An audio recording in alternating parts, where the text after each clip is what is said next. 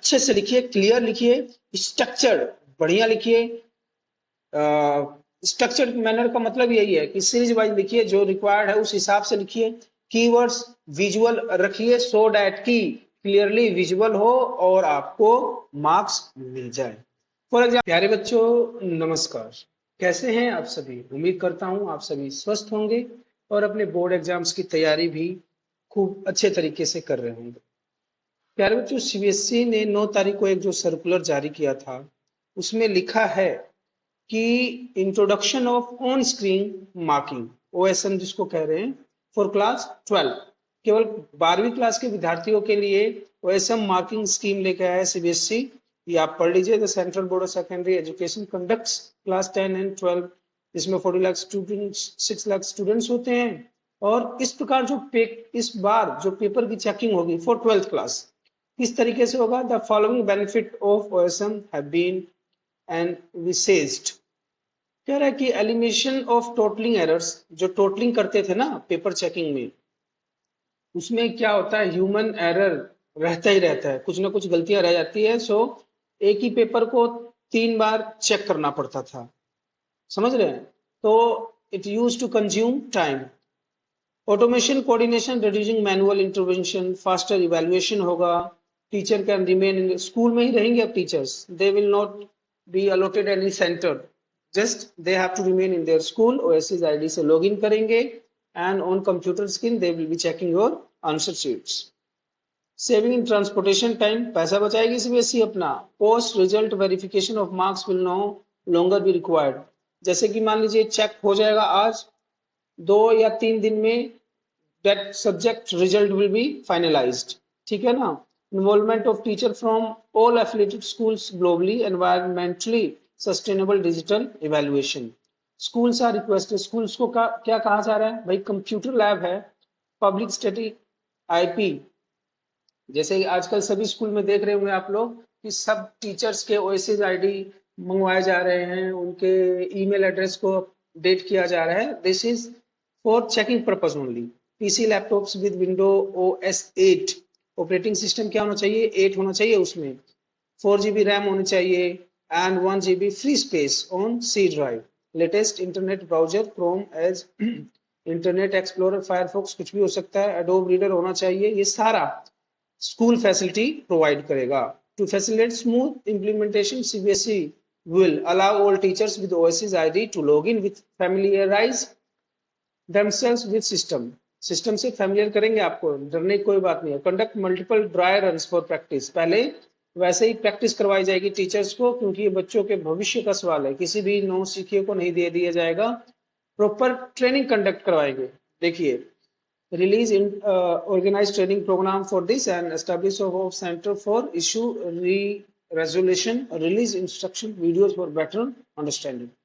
तो एक तरीके से पूरी तैयारी के साथ ये चेकिंग की जाएगी। अब 12वीं के जो विद्यार्थी हैं डरे हुए, तो बेटा डरने की तो कोई बात नहीं है। कोई भी नया सिस्टम आता है that comes for betterment and, और बेहतरी के लिए आता है। समझें पहले क्या है understanding OSM. Online screen marking में क्या है? Examiner will not handle physical answer sheets, हाथ में लेके पेन से चेक नहीं होगा। Your answer will be seen exactly on scanned on a screen, पहले स्कैन किया जाएगा, सीबीएसई के इसके पर्सनल स्कैन करेंगे and they will upload on the system. Checking will be point wise, rubric based, faster and more objective.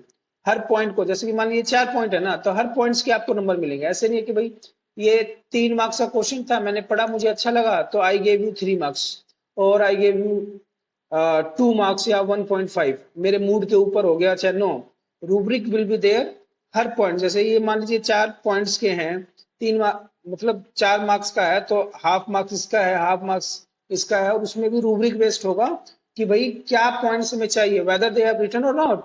तो इस तरीके से आपको मार्क्स दिया जाएगा। एफिशिएंसी के, एक्यूरेसी के, स्पेलिंग्स के, everything will be clearly mention. तो डरने की तो कोई बात नहीं है। स्टूडेंट स्ट्रेटजी, आपको क्या करना है ये ध्यान में रखना ज्यादा जरूरी है बेटा, ठीक है ना? देखिए क्या है, examiner is neutral not familiar. Examiner जो है ना, वो ऐसा नहीं है कि मैं जानता हूं कि भाई यहाँ के बच्चे किस लैंग्वेज में लिखेंगे, तमिलनाडु के जो बच्चे हैं उनकी राइटिंग कैसी होती है, न्यूट्रल है। तो आप अपनी लेखनी सही कीजिएगा, राइटिंग पे ध्यान रखिएगा। Right for the screen, note for the paper. Screen के लिए लिखना है। स्क्रीन के लिए कैसे लिखना है? फॉर एग्जाम्पल मैं आपको अगर प्रेजेंट कर रहा हूं तो ये देखिए कितना साफ और मतलब स्पेसियस मैंने बना रखा है, सो एज कि आपको विजिबल हो। In the same manner you have to write your answer for the screen, मतलब साफ साफ सुथरा सुथरा लिखेंगे स्क्रीन के लिए।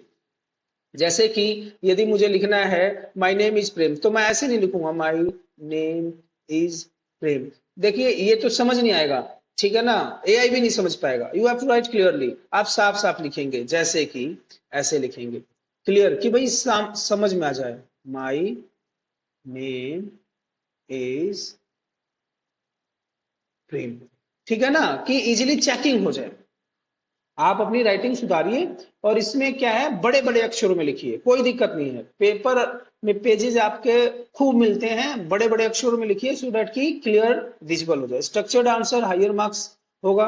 Highlight keywords very important. यदि आप कुछ लिख रहे हैं और वो कीवर्ड्स हैं तो उसको अंडरलाइन कर दीजिएगा। फॉर एग्जाम्पल ये तो मैंने पहले ही हाईलाइट कर दिया है, इसमें मुझे करना है स्ट्रक्चर्ड आंसर, तो मुझे स्ट्रक्चर्ड आंसर पे हाईलाइट करना, तो मैं इस तरीके से हाईलाइट कर दूंगा। स्ट्रक्चर्ड आंसर रहेगा तो हायर मार्क्स मिलेंगे। हाईलाइट कीवर्ड्स हो गया। Start every answer on a new line, her answer को एक नए लाइन से स्टार्ट करना। ये नहीं कि मेरा आंसर यहाँ पे खत्म हुआ फिर मैंने आंसर नंबर 3 यहाँ से स्टार्ट किया, नो, एक गैप छोड़िए एक लाइन का and then start with your answer from here. Diagrams, flow chart and table will be bonus. जितना डायग्राम मेटिकली अगर आप एक्सप्लेन करेंगे, ट्री डायग्राम बना के, स्ट्रक्चर डायग्राम बना के करेंगे तो that will be bonus for you. Avoid over writing and cutting.